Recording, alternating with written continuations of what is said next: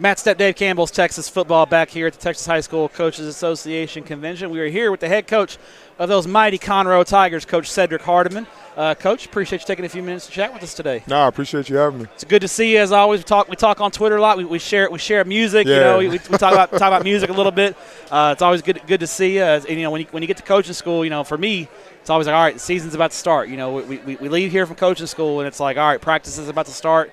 The season is about to kick off. Everybody's excited, and that's kind of the atmosphere around here. Is that kind of how you feel? You just ready to get rolling? Yeah, ready to get rolling. We try to give the coaches their time during the summertime. They can be with their families, but everybody knows once coaching school kicks off, it kind of is the start of the season for everybody, and everybody gets to go. So it's exciting. How do you walk that balance of giving the coaches and kids that time off to reconnect with their families and to get away from each other? You need that time to, you don't want to be around each other year-round, but you want to give them a little bit of a break. Kids got to be kids in the summer, but also still getting their work in because, if they're not working, everybody else is. And you got to be ready for Friday night in the fall when everybody else is working. So how do you walk that fine line? Do you try to schedule ahead of time and schedule those workout times and strength and conditioning and all that stuff ahead of time? Yeah, we do. I just try to take an account of, kids and the situations a lot of our kids are, in.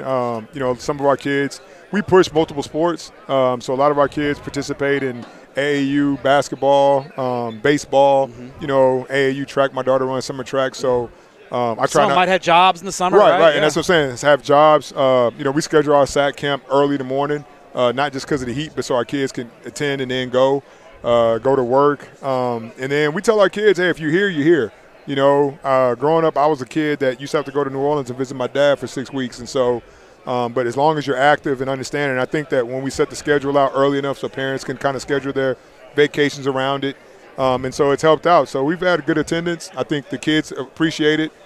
They know that you look out for their interests. So then when football season comes, then they get locked in. And they're ready to roll, right? Yep. But, it's all about communication, right? You got to keep those lines of communication open do. with the parents and the kids need to keep those lines. It's not like you're going to get mad if a kid goes, hey, Coach, my mom is taking me to Disney World for a week, Right. But he doesn't. If he just doesn't tell you, right? That's when it's a problem, right? That's a problem. Yeah. So we try to teach life lessons, and so we tell the kids if you have a job and you're supposed to be at your job and you don't show up and don't call, it's a no-call, no-show. And you probably get what? They say get fired. Exactly. So, we try to incorporate life lessons and teach the kids that, the proper way of communicating. Yeah.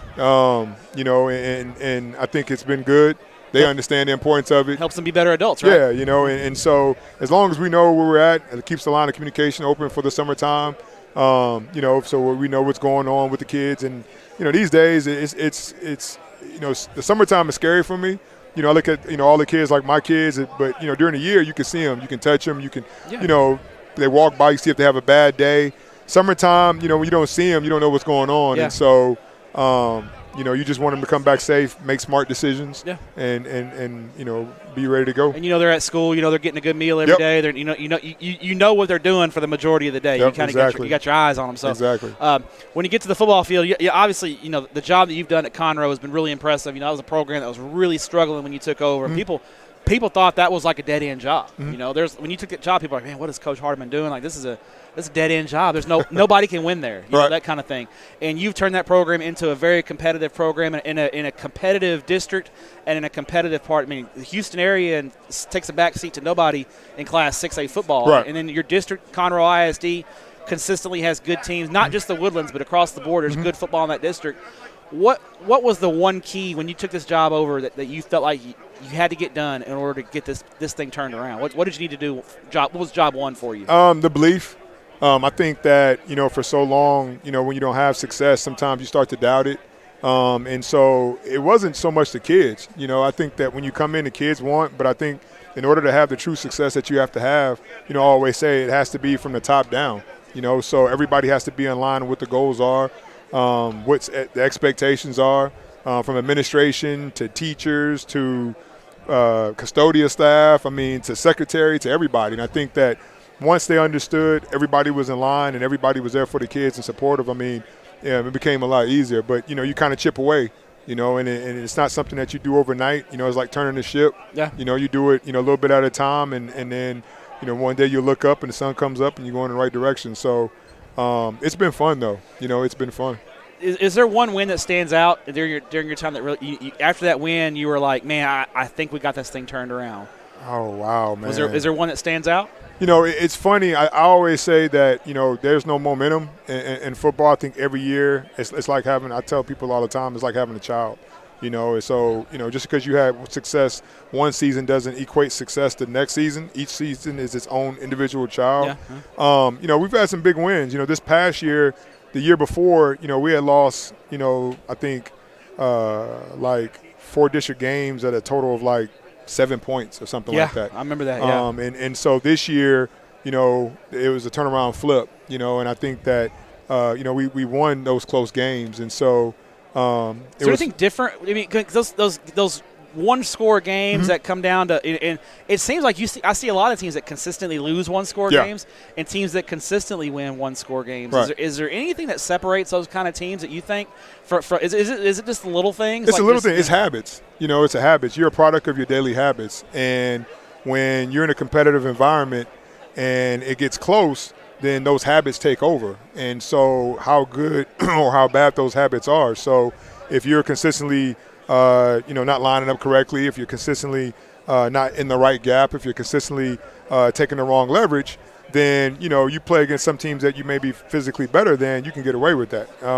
You get in a tight ball game, that's what normally costs you the ball game. It's not the other team beating you, as you're beating yourself. And so the year before, we've had those situations. I mean, including me. I got a 15-yarder one time, not this past year, the year before, of a game we should have won that cost us the game, I felt like. And so, I'm very transparent as a coach. I'm not a hypocrite, and I like to use those things as learning lessons, and I think the kids, can see that. And so going in this year, we really, from foundation camp, which is our boot camp, on through the season, we talked about the little things and being a master of our habits. And so we continuously focused on that, and I think that's what separated last year and this past year. When we look ahead to 2022, I mean, we think you guys have a chance to once again be right in the mix in the district. I think you guys got a chance to challenge just every.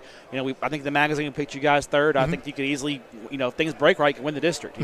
But at the same token, if things don't break right, you could finish 5th or 6th. Yeah. It's a good district. So what do you think you guys? What are the Conroe Tigers going to hang their hat on in 2022? What do you guys need to do well in order to be successful?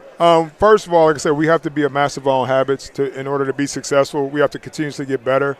And I think that, the physicality, I think one of the things that, I tell a lot of the coaches and all the time, the opportunity to go to the playoffs was big for us. I think it was a step, but seeing that step, we got a chance to match up versus Westfield. And I got a lot of respect for that program. We used to play them and scrimmage them all the time when I was at A-Leaf Taylor. And I think our kids, it took them about a quarter to kind of match the physicality from the beginning. But I think, at the end of the game, they were upset at themselves that they didn't match it from the beginning of the game. So I think all the offseason, all the spring, now they understand the level of which we got to prepare and get ready for. Yeah. And so that playoff football is a different level. Yeah, it's a different level of intensity, isn't it? Yeah. It's a different level of intensity. And it's a different level of intensity when you play a caliber program like Westfield. I remember being on, when I'm on the sidelines for a regular season game. I'm in the press box a lot, but occasionally I'll go on the sidelines. Right. When I'm on the sideline for a playoff game, that when the play and the pads pop, it's just a different level. It gets you going though, doesn't it? It gets your juices going. You see why those teams go to the playoffs. Yeah. And so that's the type of program that we want to be. We got to take that step. We said we don't shy away from anybody, and so we're excited. The kids have been looking forward to getting the opportunity to go back there and compete. But we got to take one step at a time. So August 1st, we get to going. 6:10. We'll go 6:10 in the morning, period 1, and get it going. So we're blessed. Kids have been working hard. We have some kids that can go. And so we're excited about putting it together. We're excited to see you guys. One final question before I let you get out of here. I'm a foodie. Love my grub, Coach. Oh, you're a foodie. Okay. Love to grub. I thought you were going to go to music mouth. No, we're going to go food for this one. When I come to Conroe, I'll go to Moorhead Stadium and catch a game. Oh, wow. Where is there? Do you have a go-to spot in town that you I like got to a couple of go-to spots. That's why I was laughing, man. You can shout them both out. Yeah, I mean, you can go Vern's down and get some catfish. Okay. You can go to McKenzie's and get barbecue. What's your go-to at McKenzie's? What do you go with? You can get the 2-meat plate at McKenzie's. Okay. Mackenzie's off the chain, man. Mackenzie's Barbecue. Yeah, you know, our Texan Live guys cover games in Conroe quite a bit, so I may have to suggest Mackenzie's Barbecue to the Texan Live guys. So do that. Coach, appreciate your time and enjoy the rest of coaching school. We appreciate what you do for student athletes in the state of Texas, and good luck in 2022. I appreciate the time. Thanks, Thank you. Coach.